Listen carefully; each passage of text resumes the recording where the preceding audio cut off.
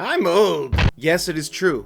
As of the uploading of this video, as it goes live, I have officially become Unk. I had a friend who's like a few years younger than me be like, never say that word ever again. It sounds so weird coming out of your mouth. And I don't know why, and neither does he. So, but yes, I've reached 30. I know there's like a select few of you out there who's like, that's no big deal. Like, good for you. Enjoy your midlife crisis. I'm having my early life crisis. It sucks. It's full of Yu-Gi-Oh. No one wants that. Nah, for real though, it's given me this feeling of retrospect because it is kind of a big deal, like numeric wise, I guess. It's just, I don't know, man. It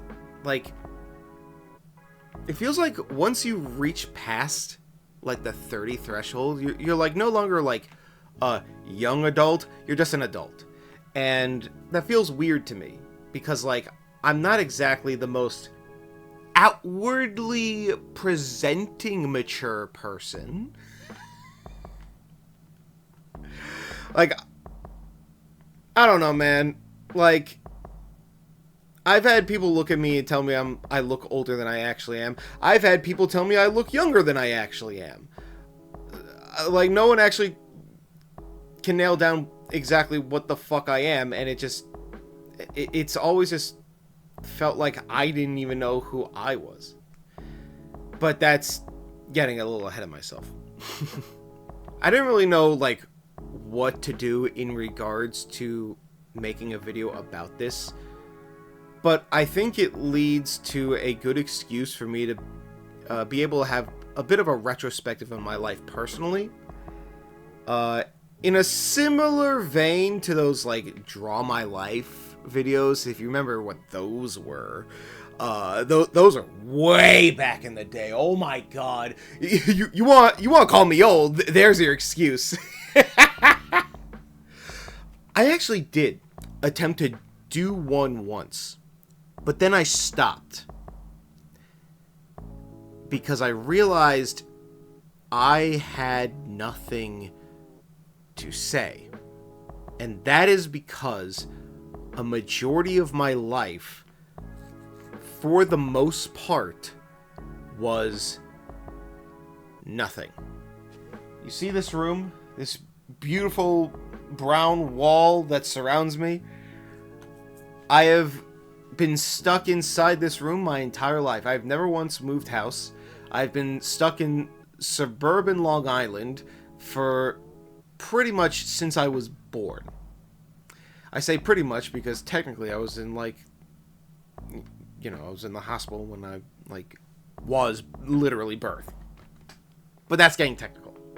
Essentially, this has been my room and subsequently my home since forever. I have not had much opportunity to be able to have the excuse to interact with new people. And as I grew older, even though those people I grew up with were still around, they wanted nothing to do with me. So essentially, I spent the majority of my life alone. Now, of course, I still have my nuclear family. It's a whole separate thing. I'm not gonna get into that. I still have my parents and my two sisters. I'm a middle child, so complete fucking hell, I know. But at the same time, it's I didn't really have much of a way to interact socially. From what I understand, the only reason I was able to hang out with friends is because that shit was scheduled from the powers that be, or more specifically, my mother. The moment I exit elementary and I had to choose to be social myself, I didn't know what the fuck to do, so I just didn't. Now, you're probably listening to this and being like, oh my god, the openly autistic guy didn't know how to make friends? And to that I say, yeah. Now, my story is not unique. it really just is not. But it was, depressing to recount, I guess. The way I see it is my time through school, or at least public education, was more or less me going through the motions, reluctantly, I should say. Just because of what was expected of me rather than what I wanted to do. And in that sense, like, I did succeed because I was good at doing school. I was trained up to do that, but look how far that got me. By the time I reached middle school, no one wanted anything to do with me. I was stuck with no one but myself. I made like one friend, I think. Yeah. And thankfully I still have that friend to this day, but it was also just like, majority of the time it was very lonely and depressing. I like to view middle school, I don't like to, but I acknowledge it as my depression era. But then when I got to high school,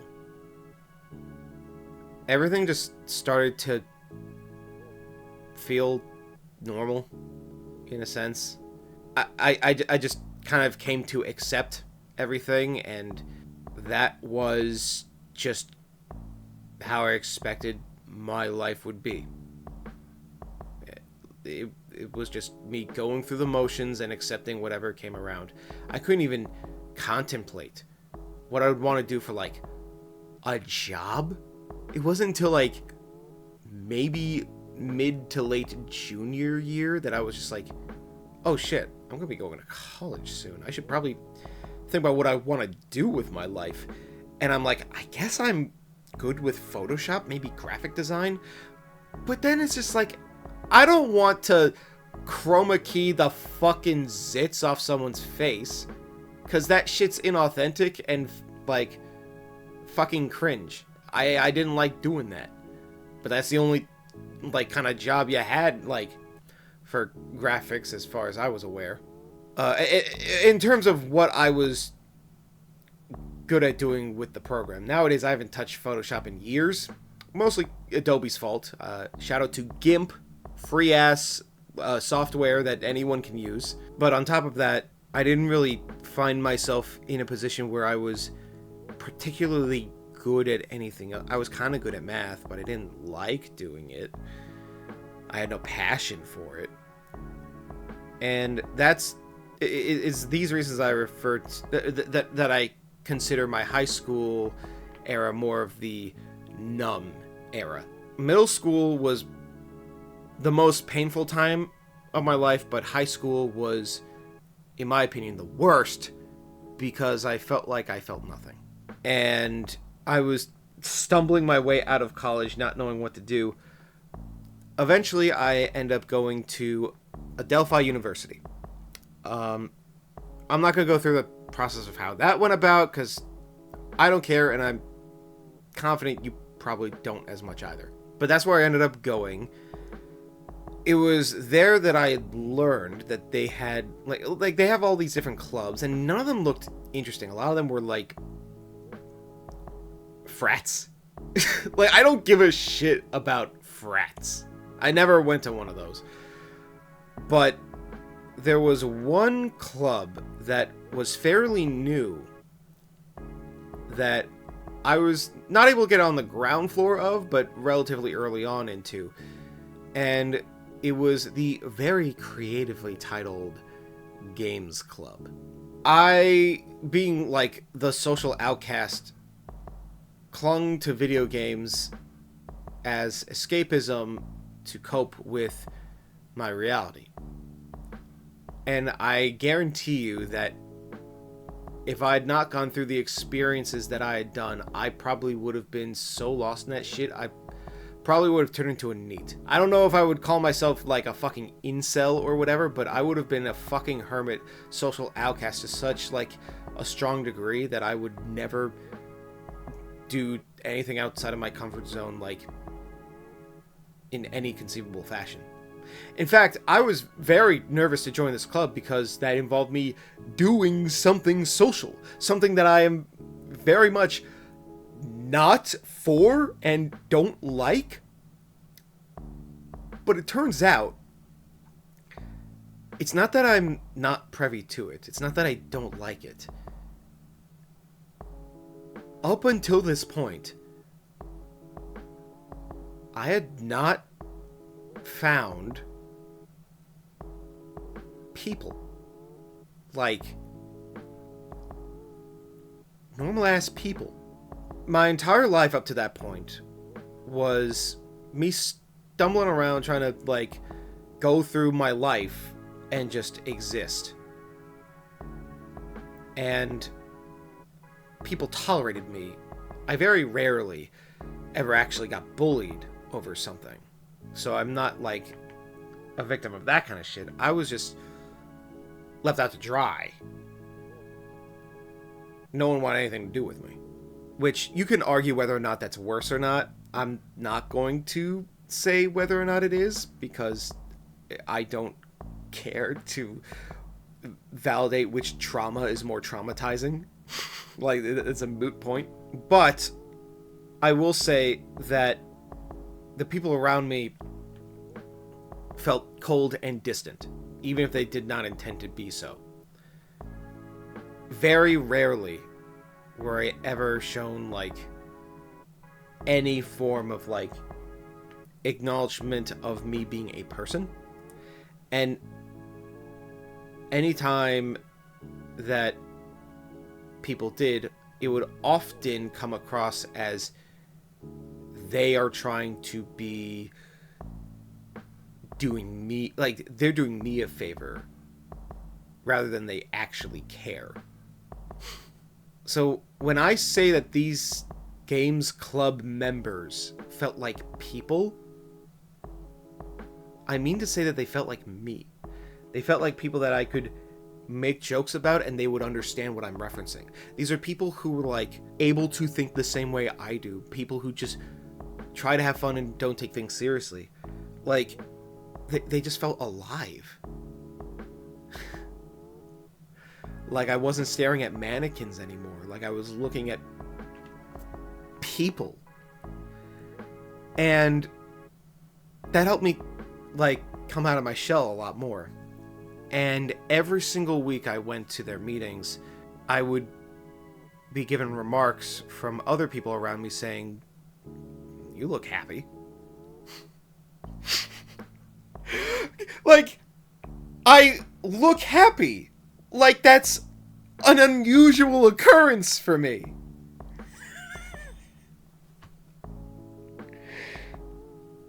But it was true. I'd been the happiest I had ever been being around those people. I felt accepted. And I felt like I was able to make connections that, to this day, have still stuck with me. As you're watching this, I'm most likely hanging out with those same people this day in celebration of me entering my Unk era.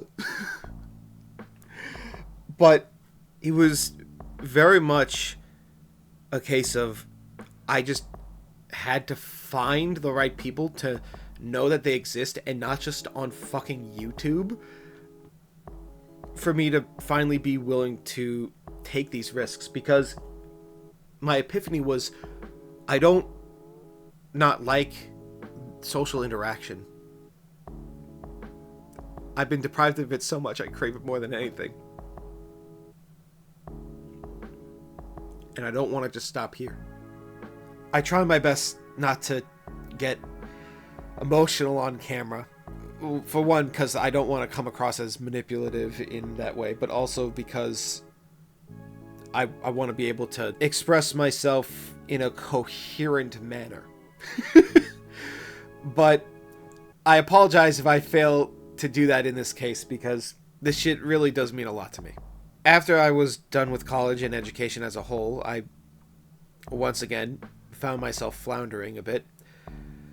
And then COVID happened, and that was setting me back to square one. Me and so many of my friends were just like, bro, we finally come out of our shells. We're finally like hanging out with people. Want to get out more. Want to hang out more. Feel like we actually have people that like us. And then we're stuck inside again like we were back in our teenage years. Fuck! You know, it was only like a year or two, so who cares?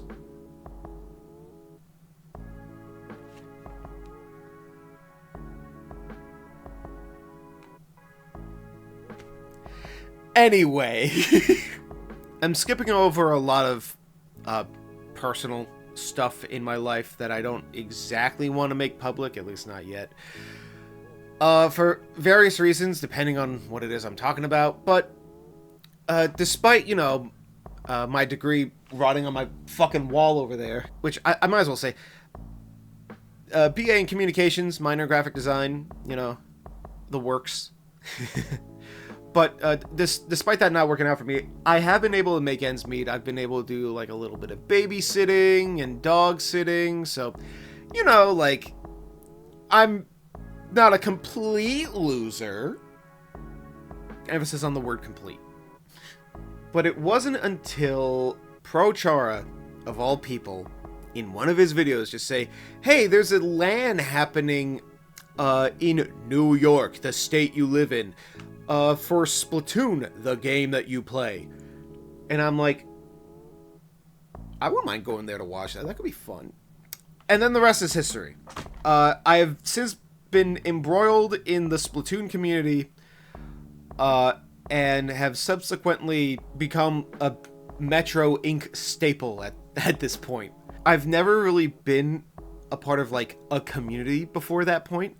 Like, I've not, like, been online where like I recognize people and they recognize me back. Like we just know each other despite not having like met IRL. Like I don't have those kind of relationships. I've never had neutrals or associates, however you want to call them. Like I've never had relationships like that. But it does feel like I'm starting to get to know more people and become like, maybe not like direct friends, but friendly with more people. And it just feels nice. This, by the way, all of this is not even talking about, like, the shit I've been doing with YouTube as a, like, a side hobby sort of thing. I started that thing back in 2014. Although I made a channel some years before then. But that one I ended up deleting because I thought it was cringe, which it was. Lost media, screw off, I don't care. And when I was doing a video editing class, I was encouraged by a lot of the people around me to upload my stuff to YouTube because they thought it was funny. Or that I was funny, at least. And I'm like, sure, whatever. So, like, if you go back to, like, the earliest days, you'll see me making, like, skits with some of my classmates. I don't think they all aged appropriately.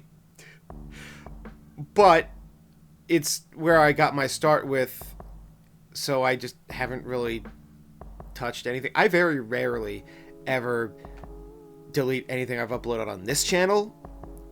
If I did, it was to re-upload it again later with edits. Though now I can just easily cut shit out, like, on website, so I probably won't even be doing that anymore. The channel has definitely gone through some phases.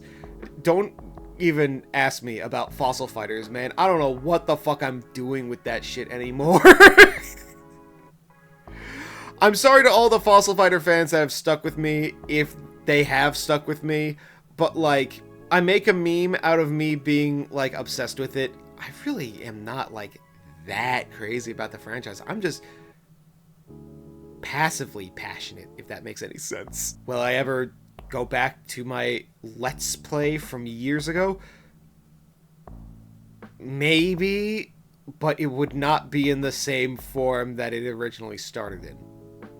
but I will continue it if I do go back to it. So imagine episode 3 being years later. That'll be something. Oh man, season 1, a whole 2 episodes.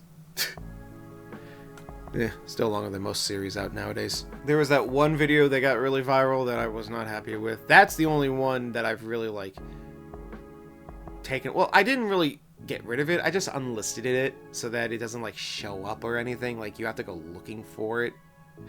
Like, if you have the link, which there's only one place I made the link available, at the end of a video where I give context as to why I had unlisted it in the first place. And that taught me a big lesson of, wow, drama gets me a lot of attention. I don't want that attention, though. I don't want drama attention. I want engaging attention. And I never thought I would ever get attention that would ever rival it like I did with fucking Marina. So, one thing with YouTube is that I've always been struggling to figure out, what do I even want to do with this platform?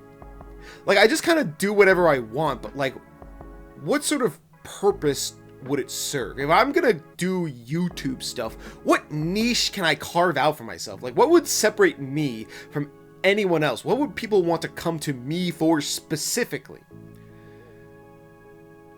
And then I realized, shit, I really care about autistic representation. So that's how Akawa came to be.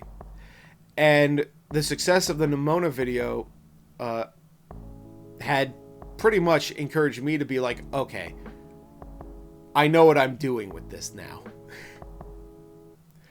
And then I kept going on with like more franchises, you know, bring more awareness to people who are fans of other games and whatever. I do want to branch out from games. It's just games is like what I'm most familiar with media-wise. I am not as familiar with like most forms of like television or movies, for example, because I don't really watch that stuff anymore. There are definitely some angles that I do want to tackle in the future when it comes to talking about autistic representation, but some of them would have to be really, really carefully considered and possibly scripted if I want to talk about certain subjects, because that shit would need to be dealt with a very delicate, fine-toothed comb.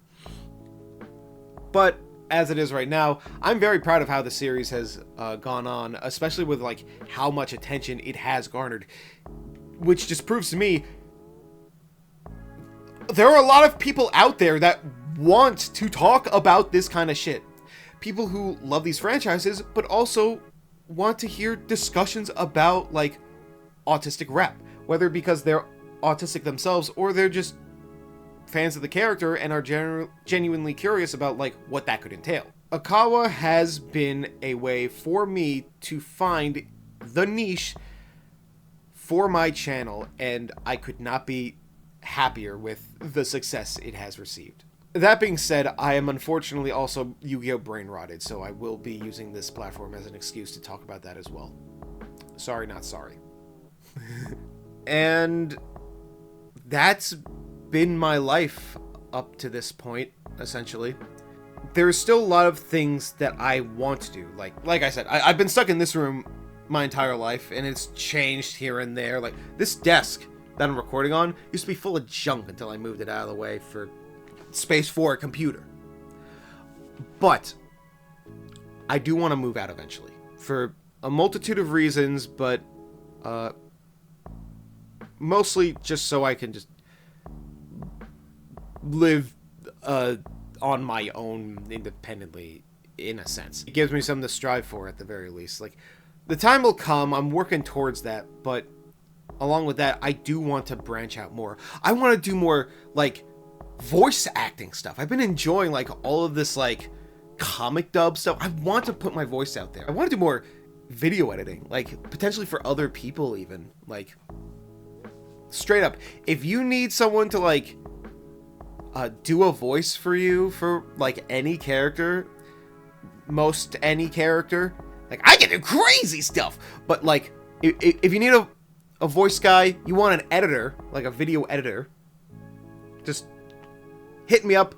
DMs on Discord are open if you know where to find me. And yeah, just hopefully I can branch out more and do more stuff, bring more awareness to what it is to be autistic, be able to talk more about Yu-Gi-Oh!, talk more about Splatoon, do more stuff that I never would have thought would be possible for me to do even just a few years ago.